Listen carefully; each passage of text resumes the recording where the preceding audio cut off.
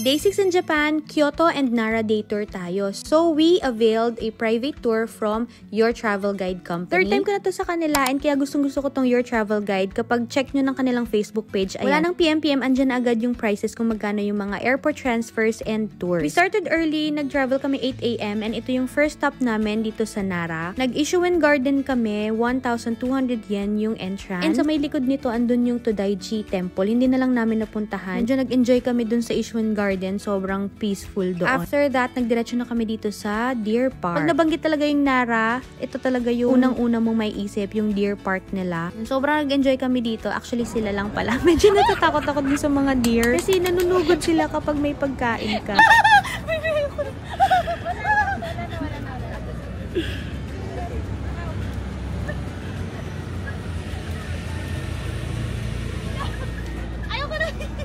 After namin sa mga deer, nagpunta naman kami dito sa Nakatini. Dito yung sikat na mochi pounding, kaso 1 PM pa yung next schedule. Kaya bumili na lang kami para matikman naman namin.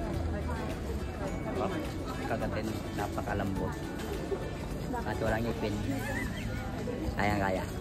Fairness, masarap nga siya at napakalambot, nakaka-addict kainin. Medyo nagtagal kami dito sa Nara, around 11 AM. Pabalik na kami dun sa meeting place namin and may mga dadaanan pa kami mga temple. And then dumaan lang kami ng 7-Eleven to grab some lunch. And sasakyan na kami kumain kasi mabilisan lang kasi babiyahe ulit pa Kyoto naman. Around 1 hour din yung biyahe from Nara to Kyoto and our first stop was Fushimi Inari. This was around 1 PM to 1:30 PM and grabe, sobrang daming tao, guys. Umakyat lang kami saglit sa mga torii gates and then saglit lang din kami dito, hindi na kami masyadong nagtagal since ang daming ang tao. After nito, nagpahatid na kami sa may Yasaka Shrine. Nag-avail ako ng kimono rental dito sa Klook, around 1,145 pesos and you can use my Klook promo code Kainglet Klook para may discount pa kayo. So sobrang ganda ng experience na to, guys, nakakatuwa. Sobrang bait din ng mga staff nila dito sa Kanwa kasi late na kami pero in-accommodate pa rin naman nila kami. Dito na lang kami naglibot-libot sa Yasaka Shrine, hindi na kami nakapunta sa ibang temple since medyo tight nga yung schedule natin. Meron ako full vlog nitong experience ng aming kimono rental. Medyo nag-extend kami dyan. Akong trip namin is 8 AM to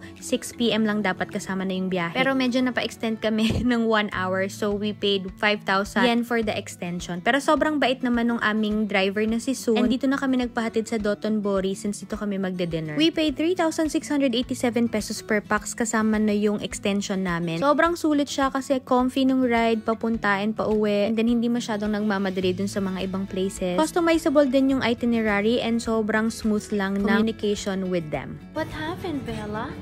What happened, Bella? Yoshinoya again? Yoshinoya again? Paborito again? Bigyan mo ganda sa akin. Ang ganda ng view mo, Tay, na? Oo. Ang view ni Tatay. Dotonbori. After our dinner sa Yoshinoya, dumiretso na kami dito sa Timla Botanical Garden. Ito yung nireschedule ko nung urang araw namin dito sa Osaka kasi umuulan at hindi namin inabutan. Open na silang 7:30 PM, so mas maganda as opening magpunta na kayo kasi 8:30 PM na kami nakarating dito. And medyo nabitin kami. May isang place na hindi kami napuntahan. So sobrang ganda dito, guys, nakakatuwa. And very relaxing dito. Yung sounds, yung nature, tas yung mga colorful displays. Grabe, sobrang nakaka-amaze. Ang kamay ng mga 5 feet.